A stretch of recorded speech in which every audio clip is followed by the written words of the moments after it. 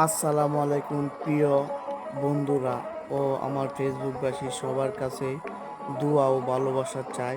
আমার মাইয়াটা নাচতাছে স্কুলের প্রোগ্রামে, সে অসুস্থ। তার জন্য সবার কাছে দোয়া চাই যেন দ্রুতভাবে সুস্থ হয়ে ওঠে। সবাই দেখে অনেক আনন্দিত হয়েছে, আমিও অনেক খুশি হয়েছি আমার মেয়েটা যখন স্কুলের মাধ্যমে নাচ দিয়েছে।